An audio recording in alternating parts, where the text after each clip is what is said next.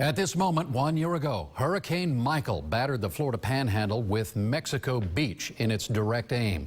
The tiny town on the Gulf of Mexico was virtually wiped off the map as this Category 5 storm just pummeled the areas for hours on end. 8 on your side's Ryan Hughes is joining us live in Mexico Beach tonight. Ryan, it takes a long time to recover from something like this. What's it look like today, 1 year later? Hey, Keith, good evening to you. There are many new homes here, and then there are many old abandoned homes like this one. You see how this one home fell onto the other, and then the top floor split through the bottom floor. A year later, and the people here are remembering a time they'd certainly rather forget. As the sun came up over Mexico Beach, exactly a year since Hurricane Michael battered the town, the lingering scars came to light. A lot has changed in a year, and a lot hasn't. Ups and downs. You know, one day's a high, things are looking good, and then the next day something else happens with the build, or you know, there's just roadblock after roadblock, and so it's been a high and low a lot.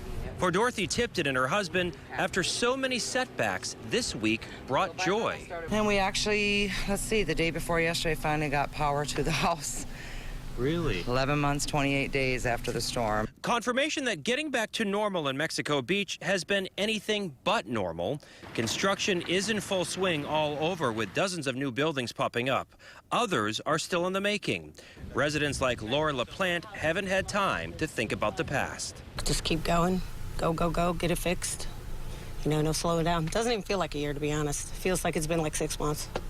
And today is the big day. Can't believe it. The Tiptons are still cleaning out and are certainly hopeful for the future.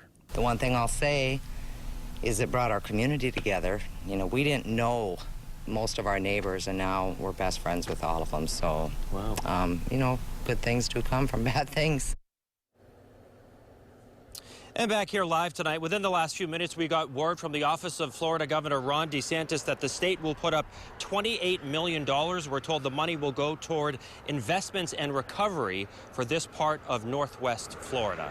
Back to you from here. It is a long road. I mean, we had so many members of the community who lost their lives there, so families are dealing with it. But then the money involved here, it's good money's coming in, Ryan, but even getting contractors to show up has to be tough. There's just so much to do. People have to be resilient.